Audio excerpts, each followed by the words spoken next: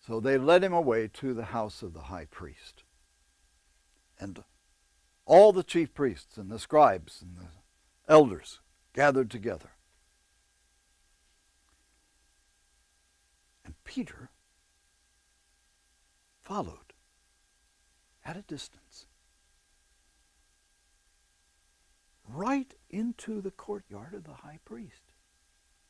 And he was sitting with the guards, warming himself by the light of the fire.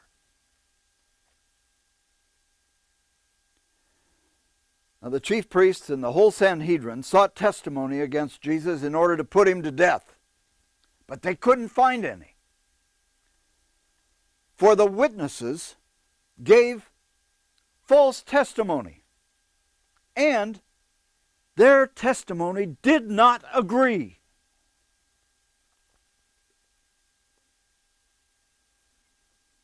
So there were some who stood up and gave false testimony, saying, "We heard this man say, 'I will destroy this temple made with hands, and in 3 days I will build up another, not made with hands.'" But even so, their testimony did not agree. So the chief priest, the high priest, stood up in the middle and questioned Jesus, saying, "Have you no answer to make? What are all these things they're testifying against you?" But Jesus was silent and said nothing.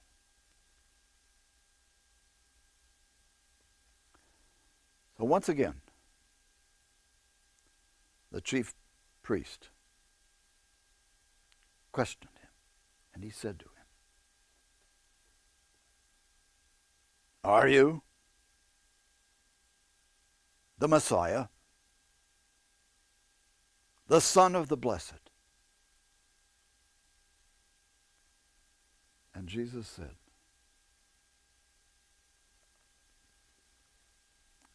"I am. And you will see the Son of Humanity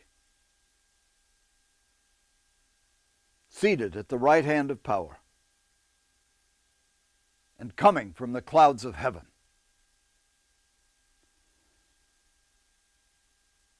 The high priest rent his robes, and he said to them, "What need do we have for further witnesses? You have heard his blasphemy. How does it appear to you?" They all condemned him as deserving death. And some began to spit on him and to cover his face and to strike him and to say to him, "Come on, prophesy." And the guards led him away, slapping him in the face.